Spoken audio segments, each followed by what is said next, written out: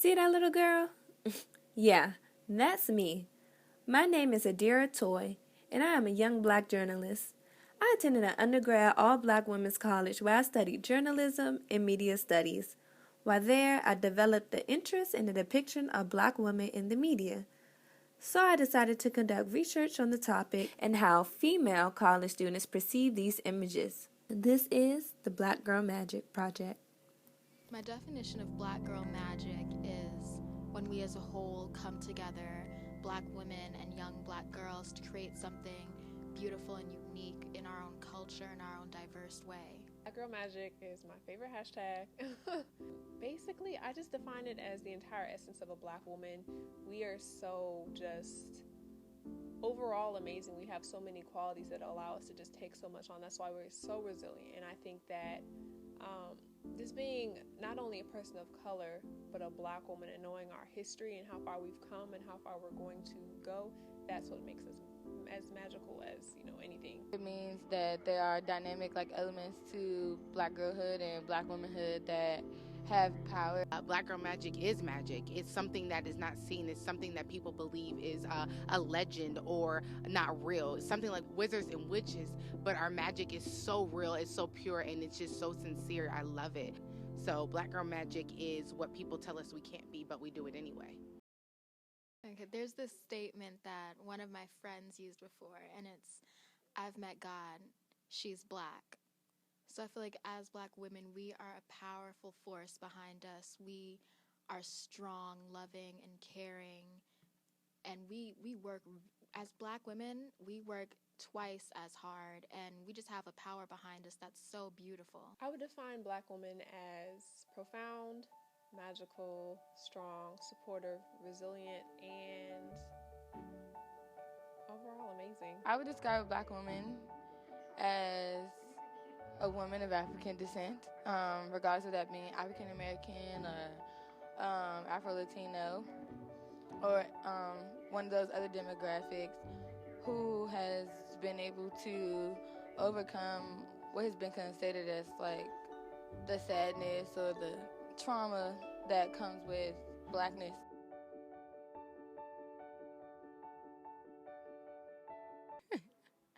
I honestly despise reality TV.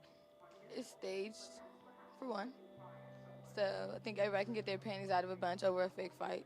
It's really degrading, especially to the African American community. There are some shows I just don't watch because I don't want to help support that, because the images that they're depicting of us are just so low and demeaning, and just showing us in a light just to make the whole seem like that's how we all act. And then it's just showing our children, hey, if you want to get rich or famous, this is what you have to do. Right now, the only reality TV show I watch is Keeping Up with the Kardashians, because if anything, they're appropriators, sure, of black culture, but they're not black. So it's not a little black girl seeing another black woman slap and hit someone, or have to curse at someone, or degrade themselves and lower themselves to be able to make themselves higher. I feel like whenever you do something, you always have to think of your dignity first.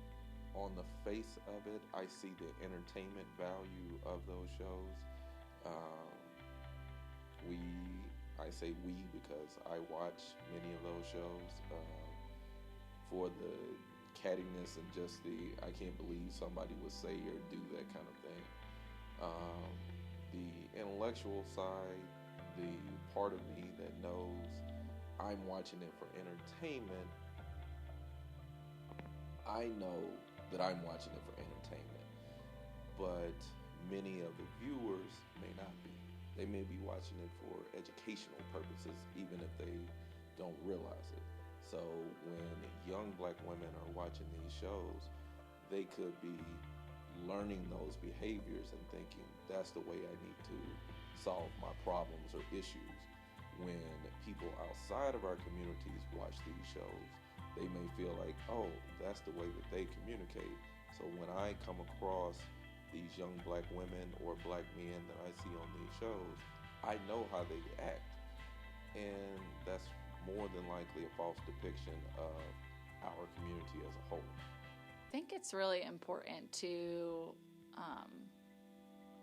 for me to acknowledge that most of my analysis as a white woman has been informed by the writings of Black women, specifically Black feminists who've kind of looked at the narrow representations of Black and African American women in the media, and also the ways in which Black and African American women have tried to reclaim their representation or navigate themselves differently in the eyes of the media. So I think that a lot of mainstream depictions of Black and African American women have been reductive, and by that I mean they're limiting. They're usually caricatures and not whole people. They're engaged in behavior that, should a white woman engage in them, a white woman would kind of have the space to be seen as an individual doing those kinds of behaviors and not representing of their whole race. And that has a lot to do with white privilege and the way that white privilege gets wrapped up in media representation. You know, why is this going on? And who does this affect when you put these images out there again? Like, I'm a fan in a certain regard of Nicki Minaj because I think she's a brilliant rapper and brilliant lyricist, but is she really being subversive of the images? Or is she being controlled by the images because this is the box that women are told they can be in, and if they want to be successful, you have to show your whole body? That's a question for y'all. I despise watching music videos if it's not Janelle Monáe, if it's not Jill Scott, Janet Jackson, those women who are actually fully clothed and who put a sense of pride in themselves, a sense that I don't have to take my clothes off to actually get an understanding of who I am and what I'm trying to portray. Young girls, you don't have to either. Black women's liberation looks like Nicki Minaj, and it looks like Beyonce, and I'm educated, so I can say that.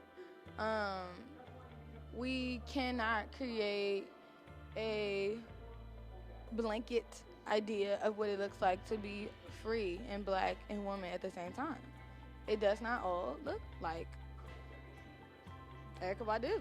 It all depends on what you're calling the Nicki Minaj and the Beyonce role. If you're talking about strong business women who are dominating in their fields and they're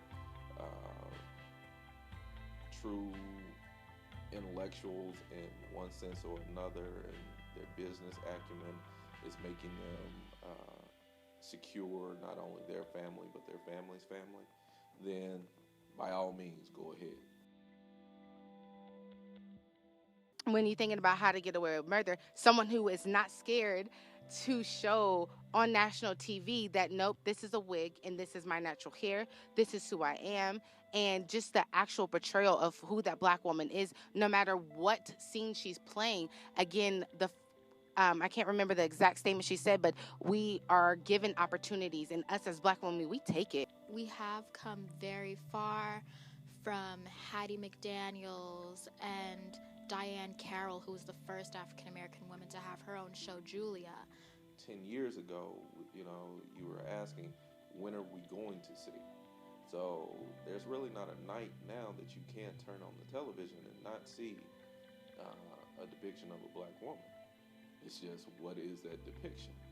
Maybe I'm a Black feminist optimist extraordinaire, but I just see no reason to ignore how valuable and how active Black women are in doing great things. They're doing great things everywhere. I think it's where you put your eyes, not what you're watching. Where are you putting your eyes? I really, really, really liked the Apple commercial with Kerry Washington, who else? Mary J. Blige and Taraji P. Henson.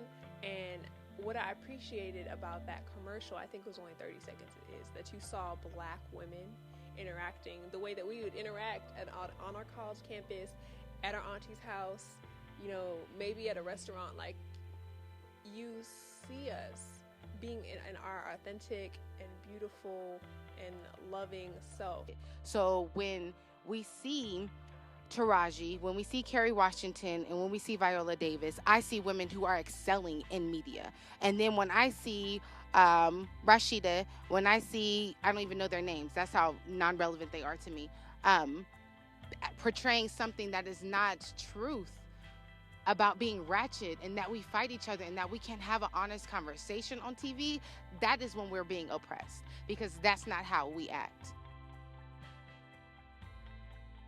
I think media can make the portrayal of African American women better is by shining us in a better light, and instead of glorifying us and showing us how pop culture sees us and all these other demeaning roles, by actually glorifying and bringing to light the African American women in our community who are doing great things instead of just the reality TV show personalities.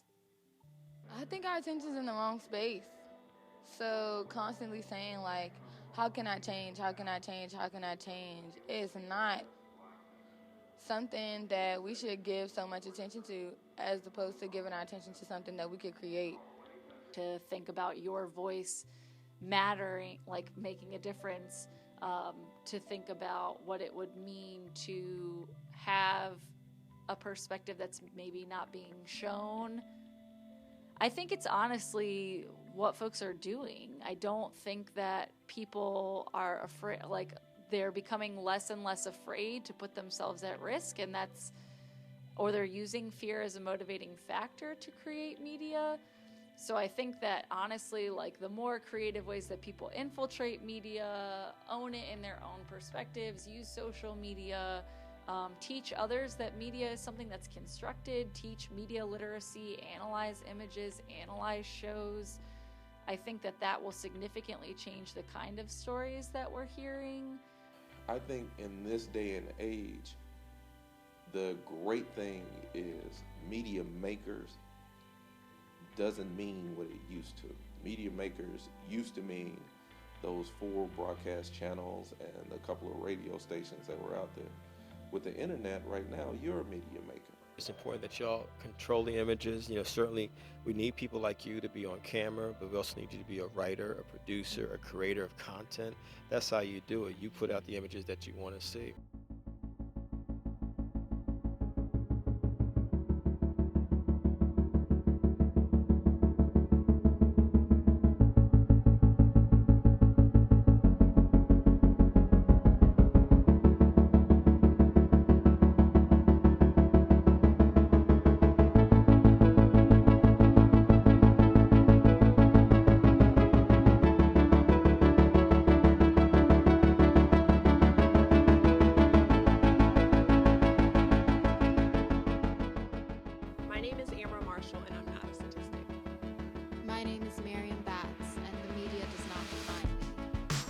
My name is Oni Crawford, and my black is beautiful.